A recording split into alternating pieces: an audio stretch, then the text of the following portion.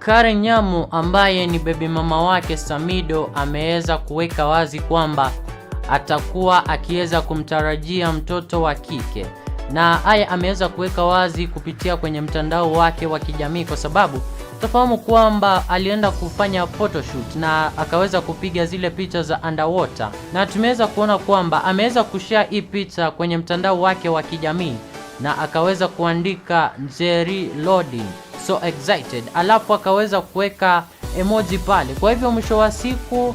Karen Nyamu atakuwa akiweza kumtarajia mtoto wa kike. Tutafahamu kwamba huyu atakuwa mtoto wake wa kike wa pili, kwa sababu tutafahamu kwamba wa kwanza ni wa kike, wa pili ni wa kiume, alafu huyu wa tatu atakuwa ni wa kike. Asante sana kwa kuweza kupitia kwenye Stanley the Prince TV, na kama ni mara yako ya kwanza, tafadhali hakikisha kwamba umeweza kusubscribe ndiposa kuweza kupata habari zaidi pindi tu zinapochipuka.